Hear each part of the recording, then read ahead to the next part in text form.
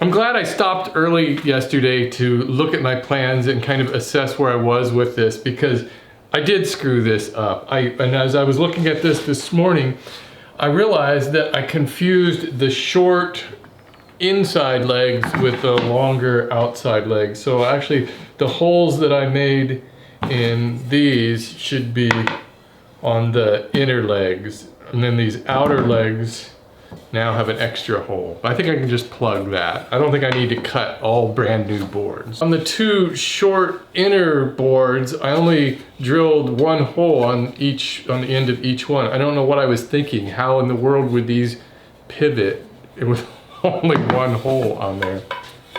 Again, this is why you never want to use somebody's plans unless you have an actual picture of the thing that they've made to prove that it's been made, because the plans looked perfectly logical to me on paper. All right, so what I can do is take this piece that I need the other hole in, and I can use this hole as a reference. So as long as I've got these two ends flush, I should be able to do this.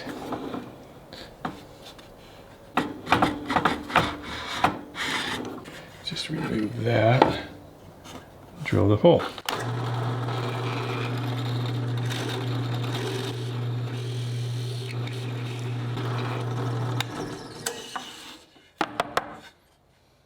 The weirdest thing is that my actual drilling diagram here doesn't even show those holes in the proper spot. I have no idea what I was thinking when I made this up, but here we are. So all I gotta do is drill a couple more holes on the bottom of these pieces, and I think we should be in business, I think.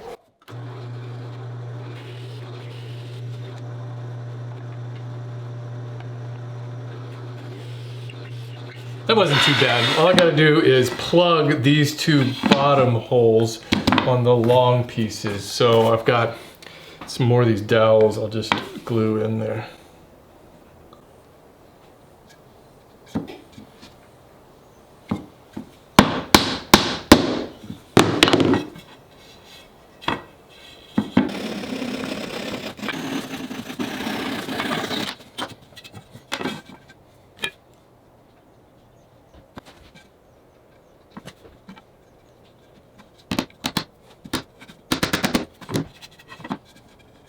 I'm gonna let those dry. Now I can assemble the two short ones with the long dowels.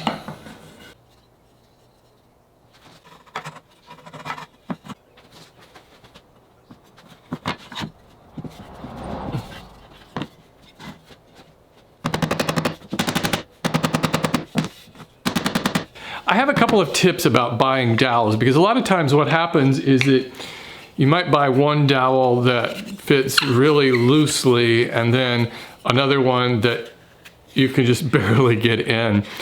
Sometimes they're just too loose that they don't work at all, and sometimes they're too tight that they need to be sanded down. But my best bit of advice is to, if you know what size dowel you need to get, is to drill a hole in a scrap of wood and take it with you to the hardware store and just try out different dowels, because even in the same bunch of dowels that they have for sale, they're all going to be slightly different from each other. These are standard pine dowels you can get almost anywhere, but you can also get hardwood dowels.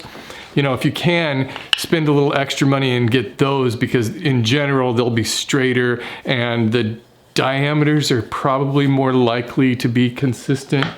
But anyways, that's what I do. I always just take a scrap of wood with me. And if I had to err on one side or the other, I would always go with the dowel that's too tight rather than one that's too loose, because it's pretty easy to just sand a dowel down and reduce its diameter a little bit. Or you can increase the diameter of the hole just by sanding that out a little bit. These are the two longer legs that go on the outside. So on the inside of these, I'm gonna glue two of these short dowels.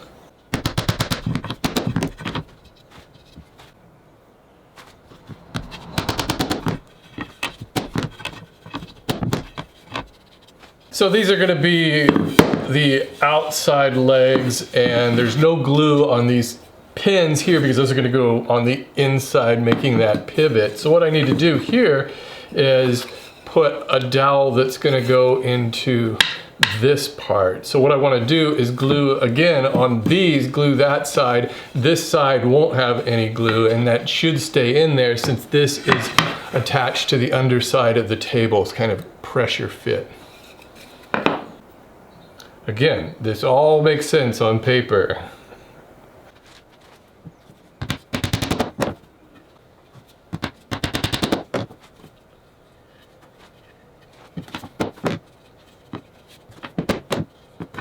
Should be something like that.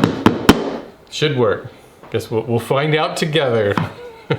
One other tip on that, sorry about my mouth, I just came back from the dentist. It's like, it's frozen on this side. I have to get a crown on here. So I got this temporary crown and there's nothing there.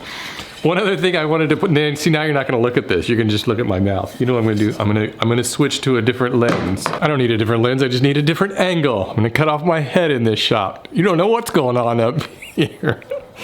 What I wanted to say was if you have a dowel that is just too loose, the glue in there probably won't grab very well and it won't be a very tight bond. But what you can do is you can still use that dowel, but drill a hole, a small hole through here and then into the dowel. It can actually go all the way through if you want. And then just stick a real thin dowel through that and glue that in also. Or you could even just put a small set screw in there and into the dowel. I would still use the glue anyway, but that'll help hold it in place. Okay, so let me show you how this is supposed to work. Don't look at me, I'm hideous. Okay, so this is going to fit in here. This one, do the same thing. Do you have any good dentist jokes?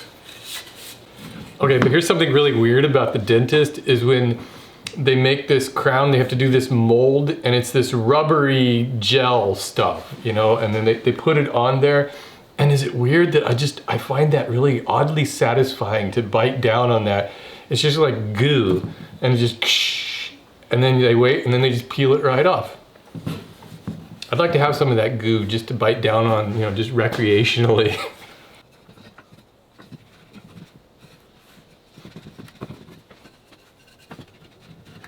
So what I need to do is just attach that top and then figure out a way that this part here is going to lock in.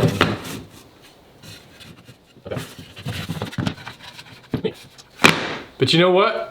I gotta save this for tomorrow because this is really starting to bother me and starting to be a little bit painful, and who knows what'll happen when I'm in this state. I might end up doing something stupid like drilling holes where they don't belong. Okay guys, I'll see you tomorrow.